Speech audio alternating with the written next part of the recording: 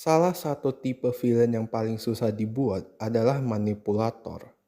Tapi manipulator juga salah satu tipe villain yang sering dibuat. Dan biasanya villain yang manipulatif itu memanipulasi cuman untuk plot. Contohnya villain kayak Madara dan Obito itu ada momen manipulatifnya. Tapi menjadi manipulatif bukan poin dari karakter mereka. Menjadi manipulatif cuman alat yang dipakai biar ceritanya bisa jalan. Sedangkan Letnan Tokushiro Tsurumi adalah manipulator yang murni dengan eksekusi yang sempurna. Jadi apa yang bikin Tsurumi manipulator yang bagus? Untuk menggambarkan betapa bagusnya Tsurumi, aku bakal ngomongin karakter manipulator yang aku gak suka. Dan karakter itu adalah Sosuke Aizen. Aku gak suka Aizen, karena karakter Aizen itu gak ada emosinya. Dia cuma pakai otak dan pakai Kyoka Suigetsu-nya aja. Sedangkan Tsurumi punya emosi, dan karena dia punya emosi, Tsurumi jadi efektif banget dalam memanipulasi. Kita bisa lihat momen di mana manipulasinya Tsurumi itu bagus banget. Waktu Tsurumi memanipulasi Edogai. Tsurumi dan karakter-karakter lain di Golden Kamuy pengen dapetin harta karun emas Aino. Dan untuk dapetin emas-emasnya, mereka harus ngumpulin 24 tato dari narapidana penjara Abashiri. Jadi biar musuh-musuhnya kesulitan, Tsurumi nyari ahli taksidermi untuk bikin kulit tato palsu. Dan ahli taksidermi itu adalah Edogai. Tapi Edogai gak tahu Tsurumi pengen taksiderminya. Dia pikir Tsurumi mau nangkap dia. Dan Edogai juga punya penyakit mental. Dia suka ngomong sama taksiderminya sendiri. Jadi waktu Tsurumi lihat koleksi taksidermi manusianya Edogai, Edogai mau bunuh dia. Tapi Tsurumi tetap bisa memanipulasi Edogai dengan memperhatikan perilakunya. Tsurumi ngeliat Edogai gali-gali kuburan. Jadi Tsurumi tahu kalau Edogai itu peduli banget sama taksiderminya. Karena kalau dia gak peduli, dia gak bakal gali-gali kuburan. Jadi Tsurumi tinggal bilang kalau dia gak datang untuk nangkap Edogai. Dia datang karena dia pengen taksiderminya. Terus waktu Tsurumi ngeliat taksidermi manusianya Edogai, Tsurumi muji-muji taksiderminya, biar Edogai berasa terapresiasi. Dan waktu muji-mujinya kurang mempan, Tsurumi nunjukin kulit tato narapidana yang dia punya. Biar Edogai merasa ada ikatan di antara mereka. Tsurumi lalu ngajak Edogai ngobrol di ruangan kerja, biar dia gak terpengaruh sama taksidermi manusianya. Terus Tsurumi minta dikasih lihat desain Edogai yang lain, buat dipuji-puji lagi, biar Edogai makin terikat sama Tsurumi. Bahkan waktu Nikaido, anak buahnya Tsurumi, mengacaukan taksidermi ibunya Edogai, Tsurumi masih bisa memanipulasi Edogai. Karena Tsurumi perhatiin apa yang Edogai bilang ke taksidermi ibunya. Tsurumi tahu Edogai punya masalah sama ibunya. Jadi Tsurumi bisa memanipulasi Edogai untuk nembak taksidermi ibunya sendiri. Edogai jadi terbebas dari ibunya, tapi dia jadi terikat sama Tsurumi. Edogai dari mau bunuh Tsurumi, jadi loyal banget sama Tsurumi. Bahkan dia sampai rela mati demi Tsurumi. Tapi mungkin kalian merasa ini biasa aja. Karakter manipulator yang gak punya emosi juga bisa kayak gitu. Jadi aku bakal ngasih satu contoh lagi dengan membandingkan manipulasi Ogata ke Ashirpa dan manipulasi Tsurumi ke Ashirpa. Ogata itu psikopat. Waktu kecil dia bunuh ibunya sendiri. Dan waktu gede, dia bunuh adiknya sendiri. Padahal adiknya adalah satu-satunya orang yang sayang sama dia. Ogata gak punya empati sama sekali. Dia gak peduli sama orang lain. Dia cuma peduli sama dirinya sendiri. Jadinya waktu Ogata mau memanipulasi, dia gagal. Awalnya Ogata itu musuh Sugimoto dan Ashirpa, tapi setelah mengkhianati Letnan Surumi, dia kerjasama dengan Sugimoto dan Ashirpa. Terus Ogata sama Kiro Ranke mengkhianati Sugimoto, dan Ogata nembak kepalanya Sugimoto, tapi Ashirpa gak tahu mereka pengkhianat. Akan tetapi Sugimoto masih hidup, dan dia mau nyari Ashirpa, terus bunuh Ogata. Jadi waktu Ogata ngeliat Sugimoto datang, dia ngasih tahu Ashirpa kalau Kiro Ranke ngasih signal untuk nembak Sugimoto dan bapaknya Ashirpa. Tapi Ogata gak bilang kalau dia yang nembak. Biar Ogata terlihat kayak orang baik. Biar Ogata bisa ngeisolasiin Ashirpa. Terus Ogata bisa memanipulasi Ashirpa untuk ngasih tahu kode ke harta karun emasnya.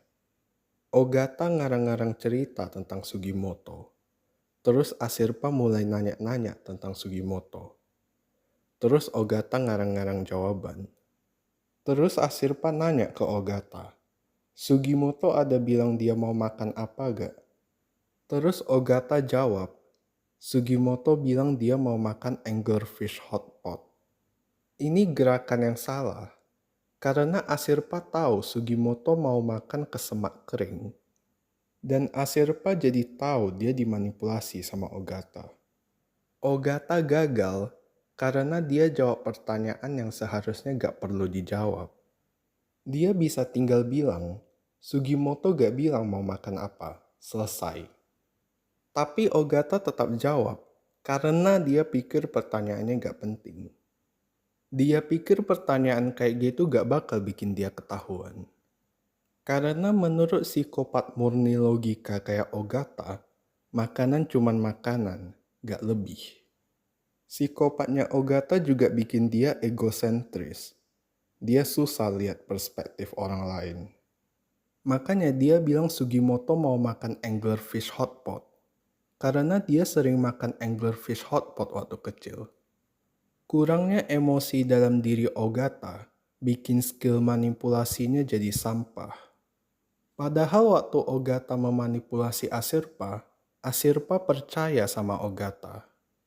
Sedangkan waktu Surumi memanipulasi Ashirpa, Ashirpa gak percaya sama Surumi. Tapi manipulasinya tetap berhasil. Pertama-tama Surumi kasih tahu masa lalu bapaknya Ashirpa sama Surumi dan sama Ainu-Ainu yang pengen emasnya. Terus Surumi bikin bapaknya Ashirpa jadi villain di ceritanya. Kalau bapaknya Ashirpa gak ke Jepang, Kiro Ranke pasti masih hidup. Kalau bapaknya Ashirpa gak ke Jepang, istri dan anaknya Surumi pasti masih hidup. Kalau bapaknya Ashirpa jujur tentang masa lalunya, Ainu-Ainu yang lain gak bakal saling bunuh. Surumi lalu pura-pura jadi bapaknya Ashirpa sambil pakai kulit mukanya. Ini kelihatan gila banget. Ini gak kelihatan kayak orang yang mau memanipulasi. Tapi gerakan ini justru bikin Ashirpa lebih bersimpati ke Surumi. Surumi lalu ngekritik rencana bapaknya Ashirpa dan Kiro Ranke. Dia bilang rencana mereka bikin perpecahan dalam Jepang. Terus Surumi bikin dirinya sebagai solusi. Dia bilang dia cuma mau Jepang makmur dan mau lindungi Jepang dari Rusia. Surumi juga bilang dia gak ngelakuin ini karena masalah personal. Tapi ini bohong. Dia ngelakuin semua ini karena dia pengen mayat istri dan anaknya di tanah Jepang. Dan ini kebohongan yang brilian banget. Karena dia bohong tentang intensinya sendiri. Ashirpa gak tahu intensinya Surumi kayak apa. Sedangkan Ogata bohong tentang Sugimoto. Dan Ashirpa tahu banyak tentang Sugimoto. Surumi lalu bilang ke Ashirpa kalau orang-orang akan lanjut membunuh demi emasnya. Dan orang-orang yang dekat sama Ashirpa kayak Sugimoto juga bakal mati. Jadi kalau Ashirpa kasih tahu kodenya ke Surumi, Jepang bisa jadi makmur dan gak ada yang bakal bunuh-bunuhan lagi. Jadi Ashirpa ngasih tahu kodenya ke orang yang gak peduli sama Jepang, orang yang gak peduli sama orang lain. orang yang cuma peduli sama mayat istri dan anaknya. Dan ini rada menarik menurutku.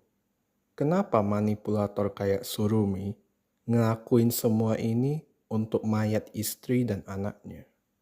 Seperti yang aku bilang di awal, biasanya karakter manipulator gak punya emosi.